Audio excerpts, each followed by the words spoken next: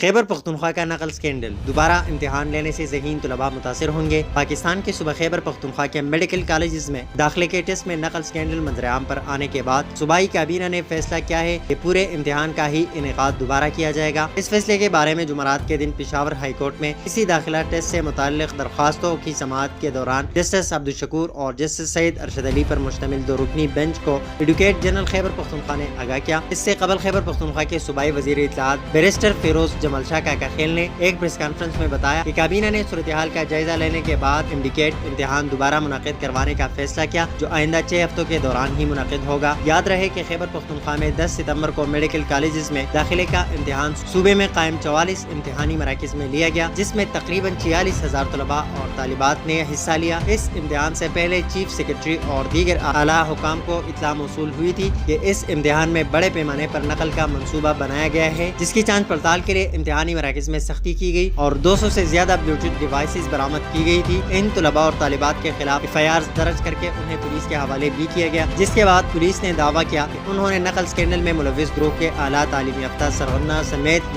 9 افراد کو حراست میں لیا۔ پولیس کے مطابق یہ گروہ امتحان میں شامل طالب علموں کو بلوٹوتھ ڈیوائس کے ذریعے نقل کرانے کے لیے 25 لاکھ روپے سے 35 لاکھ روپے تک رقم وصول کر رہا تھا۔ پولیس نے پشاور سمیت خیبر پختونخوا کے دیگر اضلاع میں کی جانے والی کارروائی کے دوران گرفتار ہونے والے افراد سے 44 الیکٹرانک ڈیوائسز، 4 عدد مائکرو فون، 3 عدد موبائل فون، 1 اسمارٹ واچ اور لاکھوں روپے کا ایک بینک چیک بھی برآمد کیا۔